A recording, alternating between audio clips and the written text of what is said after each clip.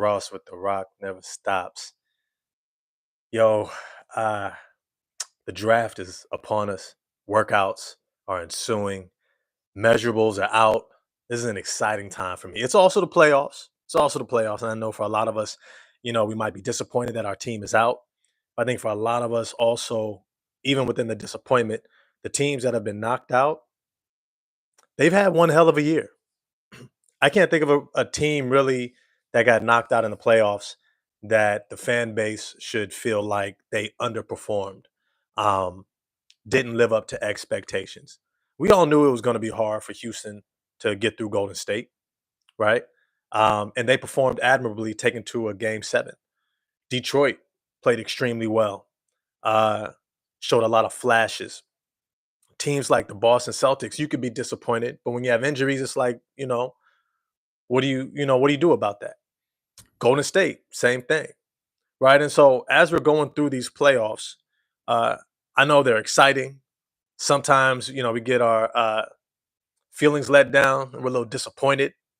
But at the end of the day, the rock never stops, bro. It keeps going because even if your season ended, you got an off season. You got guys who are getting healthy, guys who have layers to add to their game. You got free agency. You got the draft. You got summer league going into training camp. Trades that could be made. I told you this summer is going to be absolutely bananas. Kevin Durant, Giannis Antetokounmpo, guys like that moving. You hear names like Devin Booker and Jalen Brown, and you see all the potential fluctuations within the league. The landscape can look completely different next year. On top of the fact that you have teams like Boston who are not going to be in the running because Tatum's going to be out all year, right? You got the Cleveland Cavaliers trying to figure out what they want to do with that roster, considering that they're in that second apron and they got knocked out in the second round again, right? Shout out to Cleveland. Thought it was JB Bickerstaff's fault, huh? End up just being, if you ain't got all your horses, you ain't gonna win the race. You got teams like Golden State figuring out how they're gonna retool around Steph. You got Denver with Michael Porter Jr. What are they gonna do with that contract? Because I think he's just about out. They love his shooting, but you got to be able to do something else other than shooting, right? Because if your shooting goes, can you defend? Can you rebound? Can you bring some versatility to this roster? Right? These are all things that they have to consider. And so I think there's going to be a lot of fluctuation. So I hope y'all stay tuned throughout this off season. I'm going to be doing videos at least probably like every other day. These are interactive lives. So if you have a comment or a thought, throw it in the live chat. I'm going to do my best to respond to it in real time. If you want me to pause and comment on it, just send me a super chat and we'll stop and chop it up. With that, I want to dive into this video. The Houston Rockets had a hell of a year. They had a hell of a year. Second seed in the Western Conference is nothing to smirk at. Getting there is nothing short of a tremendous feat for any organization. If you're a top 1-2 seed in the Western Conference, you were legit. You were legit. For whatever reasons got you there, you were legit. And when it comes to the Houston Rockets, it was because of their defense. Their defense made them what they were, the number 2 seed in the Western Conference. The reason why they were able to take Golden State to 7. They just didn't have enough offensive firepower once they got there. And we're going to get into that discussion. We're going to look at this roster, and then we're going to get into the draft because I think they're going big fish hunting. They're going for a big dog. They need somebody to reinforce that interior. And I'm going to get to who I think that they're going to target and different moves that they can make. But let's start off with this roster. They've got offseason things to address, namely centered around Fred VanVleet. Fred VanVleet is a player who has played immensely well. He has outperformed every expectation that they could have had. Him and Dylan Brooks, if I'm honest with you. And I'm looking at the roster here. So if you see me looking down, it's to look at the salary cap situation and stuff like that. But Fred VanVleet and Dylan Brooks were absolutely everything that the Houston Rockets could have wanted for this organization when they brought them in. They absolutely transformed this organization, top to bottom, along with bringing in Ime Udoka. The three of them have completely changed this franchise around, this organization around. First off, they brought toughness, they brought physicality, they brought professionalism. Secondly, and those are all the intangible veteran type things that guys who have been around the league understand that this is not just something you do for fun. It's a job. It's not just something that's exciting. It's also how you pay your bills and support your family, right? There's a certain level of professionalism and dedication and being locked in and night out, and dedication to your craft that you have when you recognize uh, all who are depending upon you showing up each and every day. And so they brought those intangibles. The second thing that they brought was a culture of defense and accountability. Playing with Dylan Brooks, you're going to have an edge and you're going to play defense, right? He shifts your whole culture. He's almost like Patrick Beverly or Draymond Green. He's one of those guys that when he's on the court, you can't help but follow their lead when it comes to defense.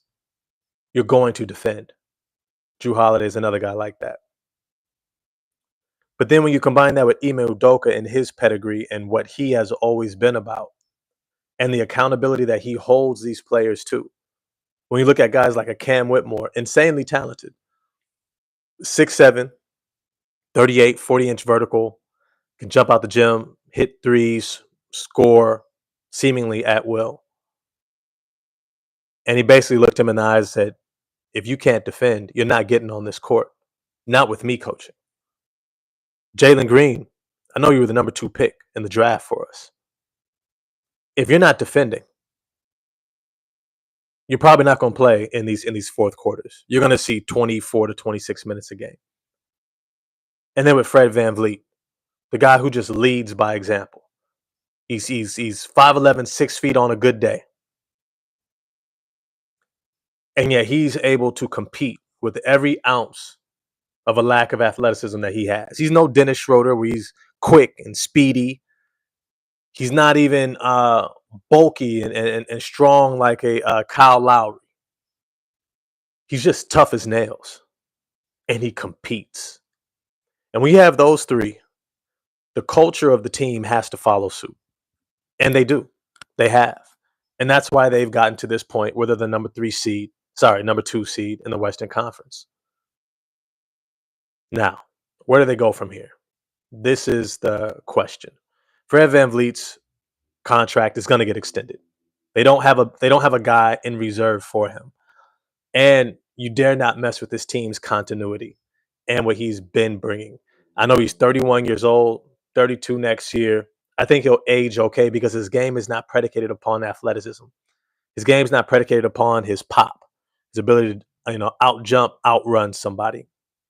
And he's a dead-eye shooter and tough as nails. He's got leadership. He knows what to do in high leverage moments. He's a guy you keep, especially when you have a lot of young guys still on this team. You need that veteran presence.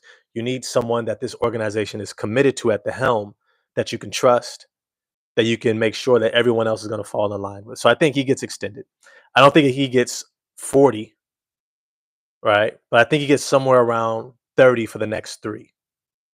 I think that's where he's positioned himself. 30, 32 over the next 3 seasons. All right. But I think that gets done. You got guys like Jayshawn Tate, Jeff Green. Jeff Green could come back on a veteran minimum. I think he likes Houston. I think he's good to have in the locker room as a mentor and someone who keeps this locker room in line. It's really important to have those guys, especially when you still have, guys who don't know what direction that they might go, right? Jalen Green is still trying to get on track, right? He's still learning. You still have Jabari Smith Jr. learning and figuring it out. You still have Amin Thompson, figuring it out. Gets a little hot-headed at times. You still have a lot of young guys who are figuring out how to win in this league. You need veterans like Jeff Green. So I think they bring him back. Jayshawn Tate, I don't think they bring back. 29 years old. He's still in his prime. He deserves an opportunity to go someplace where he can get playing time and potentially win. And it's not going to happen in Houston because you have other guys like Tari Eason and Dylan Brooks, who I think gets moved to the bench. Because I think one of the major moves that you're going to see take place is Jabari Smith Jr. reinserted into that starting lineup. You're going to give Amin Thompson that defensive Swiss Army knife role. And most importantly, this team is now built around Amin Thompson. I think he's made it clear at this point he's the dude. He's the dude. He's him. That's the guy. You were waiting on Jalen Green to prove he's the guy. You're trying to see if Alperen Şengün could become the guy. And then Amin Thompson comes in last season, especially in the playoffs, and says, no, I'm the guy. I'm him. I'm the one you've been waiting for. I'm the one you've been looking out for. I'm him. And I think that what we see this season is Amin Thompson take that next step. I think he goes in the next season and he's averaging 17. Shoot, I wouldn't be shocked if it was 17, 7, and 7. I think that they need to give him the ball like OKC gave Russell Westbrook the ball after KD left. Now, I wouldn't say have his usage that high because I don't think it needs to be. He has a Jalen Green, a Fred VanVleet, Alperen Şengün. He can spread the ball around, but he needs to be the focal point, the emphasis of this team on both ends.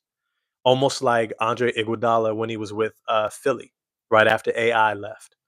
Right, that's who Amin Thompson needs to be next season. You're leading us on both ends. Yeah, and it's funny because I can't remember somebody that we've ever seen play that type of role. Maybe Scottie Pippen after Michael Jordan left.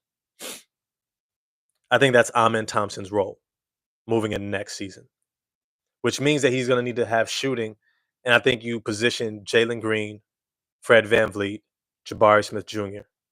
And I even think Alperen Şengün improves that 3-point shot. I think he comes in the next year, pick and pop. He can do that all day. Do that all day. I think he gets up somewhere close to. Let me see where he actually ended the season. Şengün ended the season from three. He averaged. So 29% from three last year. The year before that, 33. And this past year, 23%. So that's a little rough. But I think that he does improve that. I think it gets over 30% this year. I think he takes more of those shots because you want to open up the paint for Amin Thompson and Jabari Smith Jr. I think he hits some more corner threes, but I think that that's going to be a challenge for Ime Udoka to scheme around. How do we move Alperen Şengün more to the perimeter so that bigs can't clog the paint, especially when you need Amin Thompson to get downhill. All that said, that's schemes and things I think that we will see next season. Now the fun part. The fun part. The draft. I do believe in Reed Shepherd still. I think Reed Shepherd is going to be solid for them next year. I wouldn't be shocked if they brought back Aaron Holiday. He has a team option for next year for $4 million. I think that's cake. I think that that's cake. He did a great job defending, doing a little bit of shot creating, knocking down threes. He gets hot every once in a while. What's good, man? What's good, calm guy? And the Rockets got to get off Jeff Green. Oh, you mean Jalen Green or Jeff Green? Jalen Green or Jeff Green? Because there's two Greens on the team. I'm assuming you mean Jalen. But if you followed the last video that I did, and I think I'm going to add it to this when I post it, um, I think Jalen Green works for the Houston Rockets if they relinquish and say, Amin Thompson is our guy. If they say Amin Thompson is our guy and everything is going to revolve around him, make Jalen Green more of a movement shooter along with Fred VanVleet, spacing, looking to attack closeouts, catch and shoot, coming off of dribble handoffs. And then you have Jabari Smith Jr. and these other guys shooting. I think that roster makes sense. Because Jalen Green, let's be clear, he's not making absurd money. He's going to be making $33 million a year next year. That's not a lot. For a starting level shooting guard that has a lot of potential, I think that's solid. That's great. And because of his age, at only 23 years old, I think he's going to continue to get better. He's going to become more consistent. He's still going to be streaky. I don't think Jalen Green ever becomes ultra efficient, right? Almost like a poor man's Ray Allen. I don't think he's ever going to be that level of efficient shooter, but he's going to have more and more as he gets older, more bigger nights than not. He's just also going to have a lower floor, where some nights he's only going to have 8 points with about one or two rebounds, maybe an assist, and it's just going to look rough. But I think that they can get away with that when they have these other guys like Reed Shepard, Fred Van Vliet, and even my man Cam Whitmore, who's only 20 years old. He's still under contract for the next couple seasons. I think he moves into an active role next season. I think he becomes the next man up behind Jalen Green. I think it's going to be his position to fight for, to lose. Uh, Dylan Brooks, Tari Eason are going to be the backup 3, 4. And then you get to the 5 position. The 5 position. Right now, you still have Jock Londale, who's 29 years old, under contract for the next couple seasons, team option in 26, 27. Steven Adams, I think he's gone. At 12 million, I would love to bring him back. I would love to bring him back. He did so much for this team. But I think there's an opportunity in this draft for them to pivot. There's an opportunity in this draft for them to pivot. And this is what I wanted to get to. I think they're going big. And when I say big, they're going big, big. And when I say big, big, don't be shocked if they try to move up in this draft. Don't be shocked if the Houston Rockets try to move up. We all know 76ers at the number 3 pick don't want that pick.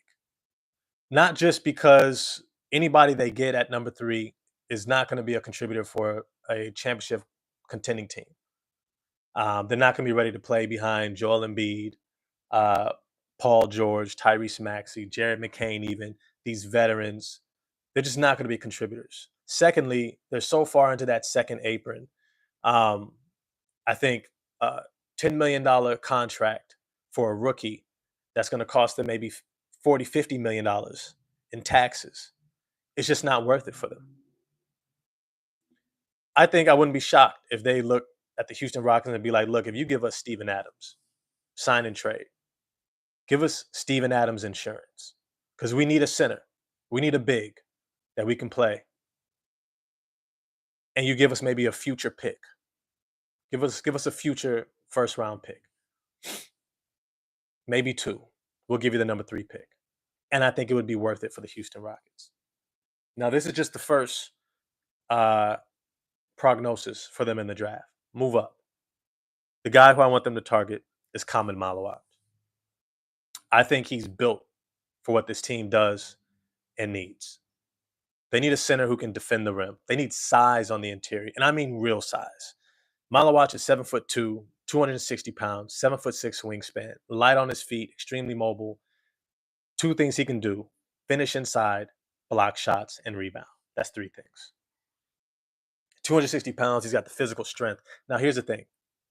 I like that they still have Jock Londale, that they'll likely, hopefully, bring back Jeff Green, because these guys can also be mentors for a young, promising big man. Help him with his transition into the NBA. Teach him all the little tricks of the trade, how to establish post position, how to score against smaller guys, wings. The NBA might try to defend you in different ways, but I think what he does is he gives them an anchor for the future and some flexibility, especially if they don't re-sign Jabari Smith Jr. this offseason. I think that they will need to have some insurance. But the fact that Kamen Malawat has also shown that he has a 3-point shooting touch that he showed last summer in the Olympics. Didn't get a chance to show it at Duke. I always say college tends to limit players' opportunity to show what they can do because they're trying to play to their strengths to win. I get it. That's why I used to like the G League Ignite team because they actually let them try it out, get better, explore their game. Even if it costs wins, they knew that the purpose was development, not so much in college. All that's to say is I think Kamen Malawat would be a crown jewel for the Houston Rockets in this draft. If they were to come away with Malawat, I think they have a big rotation between Malawat, Şengün, Jabari Smith Jr. that they can now go toe-to-toe with any front court. They already compete well with most front courts, but we see when the game slows down and you need size, they needed Steven Adams. And when I say size, I mean that can take the grind of the physicality of that interior play, having to deal with guys coming at your neck at the rim, trying to dunk on you, trying to get past you. You need multiple bigs, especially when you think about going after teams like Denver, right? When you're going after teams like Minnesota, when you're going after teams like, shoot, even the Golden State Warriors, you're going to need multiple bigs. You're going to need 7 footers. And I think that he would just be the most amazing pick for the Houston Rockets. But if they don't move up to get Malawach, because he's not falling past Toronto at 9. He might even be picked up at 8 by Brooklyn. Shoot, he might even go 6 to Washington. They might want to play Alex Sarr at the 4. I wouldn't be shocked. So he can go anywhere between the 6 to 9. He's not going to last to 10. But there are some other prospects. I don't think that Derek Queen is an option for them because he's redundant when it comes to him and Alperen Sengun. But then you have other prospects. You have Asa Newell. You have my guy, Thomas Sorber. And then, quiet as kept, young man by the name of Maxime Reynaud. Those are the three. Those are the three. Johan Behringer, I think he falls. He's just really raw. If I'm honest with you, Asa Newell, I think he's going to drop in this draft. I'm not too excited about him. I think he's a tweener. He's Derek Lively, just not as tall, not as long, which means he's more limited. I think he's going to be a solid role playing big for a long time. I just don't think he's a starter, and I don't think he ever has a chance to really be better than Shangun or Jabari Smith Jr. He's not going to shoot as well as Jabari. Doesn't score as well inside as Shangun. Good defender, but not necessarily better than either. So I think he's a solid pickup, but not as high as number 10. Where I see them going is with either Thomas Sorber or Maxime Reynaud. And I'm going to give you a quick rundown of each. Thomas Sorber is going to remind you a lot of Wendell Carter Jr. A lot. A lot. 6'9", without shoes. So he's a solid 6'10", 6'10 and a half center. 260 pounds. He's got meat on him. He's going to be able to play physical. He's going to be able to bang. And that is his play style. 7'6" wingspan. 7'6" wingspan. He is a legitimate rim protector. Thomas Sorber is somebody that right now you can plug as a backup center, potentially a future starting center. Someone gets injured, plug and play. He's going to be able to defend, rebound, score on the interior. Jump hook over both shoulders, good touch around the rim. He even has shown a jump shot out to about 16 to 18 feet. I would not be shocked if he doesn't extend that three-point shot similar to how Wendell Carter Jr. has. I think he has great long-term potential. He is a future 10 to 15-year career veteran player, especially if he's able to, knock on wood, you know, not have any injuries and things of that nature, as Wendell Carter Jr. has. I think if Wendell Carter Jr. doesn't have the injuries, I think he's already an all-star. I compared him a lot to Al Horford in terms of his defensive awareness, potential, rebounding, scoring. Like, he just had all those intangibles. He did a lot of things for you. So I think he's an excellent pickup. He's safe, high floor, and has a really decent ceiling. And then there's Maxime Reynaud. Maxime Reynaud is a 7 foot. He's a little bit over 7 foot, 7'1", 7 feet without shoes, so 7'1". But he only has about a 7'1" and a half wingspan. All right. We call that a 0-0 wingspan. Same wingspan as your height. So you're not really gaining anything too much extra. He's not going to be a great rim protector, even though he blocked a shot a game at Stanford last year. But staying all 4 years has prepared him in a way that I think for many times we underestimate when it comes to coming into the NBA. When you play all 4 years in college, like Maxime Reynaud has. You come in with a level of confidence in your game, within your body, within playing within a system, and you've had the experience of being a leader, a captain, right? Being the best, being the man, right? So your body remembers being the man. You're going to do certain things instinctually because you understand this is just how it's done. I get this ball, you overplay. This is a spin back to the over the right shoulder, and I'm finishing with the left, right? Or I got a small on me. I bury him deep. Give me the ball. Crab dribble, or I go right over the top, jump hook, right? I'm trying to find a pass. Trying to do a dribble handoff. It's taken away. I turn and face up. I got space. I'm taking a jump shot, right? These things that are second nature because for the last 2 years, you've been the man. Your body remembers how to be the man. It doesn't ever forget. And so that not only creates a high floor for him, but it also allows him to be somebody who can be trusted in his game. He's not going to do something way out of his game. You're not even looking to necessarily develop him. You're just looking for him to adjust to the speed and stuff like that and coverages, but you know what you're going to get from him. And you can have confidence in that. And I think that that bodes well for someone like Ime Udoka, who's the type of coach that really he's not trying to develop. If we're honest, he's not a developmental coach. He's not a Kenny Atkinson. He's not a JB Bickerstaff. He's not hey, let's see what we can do with you. He's a guy, I need you to hit the ground running. If you can't figure it out, go to the G League. Go to the G League. Maxime Reynaud started playing basketball later in his career, later in his development. He was a swimmer for a long time, which allowed his body to develop differently. He credits a lot of his fluidity running the court and movement on the court to swimming for so long. And then he began to play basketball and develop. And so he still has a lot of growth. He still has an ability to continue to improve his game. But it's to say that he moves extremely well for a 7-footer, which allows you to play him on the perimeter as well as the interior. He doesn't shy away from contact. He's a 7-footer that doesn't mind banging. At the same time, he has a nice 3-point shot. When I look at his stats, let me pull him up real quick. Maxime Reynaud. He shot, I want to say, pull up his stats here. He shot 35% from three last season. Grabbed 10.5 rebounds. Didn't get a lot of assists. Not much of a passer. But he was able to defend the rim, 1.5 blocks. How do you feel about Cam Whitmore getting traded to the Pistons? No. Cam Whitmore is not a Detroit Piston player. He's just not. He doesn't rebound. He doesn't defend. He likes to just score and shoot.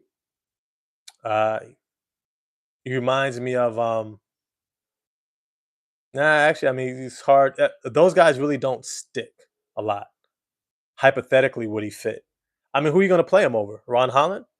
Because that's whose minutes Cam Whitmore would take if he came to Detroit. He would take Ron Holland's minutes. Is that what you want? Because to me, Ron Holland does a lot more for you. Plays defense. He's going to rebound. Shown he could play make a little bit. Great in transition. Not as much of a shooter. Cam Whitmore, far better shooter. No rebounding. No defense.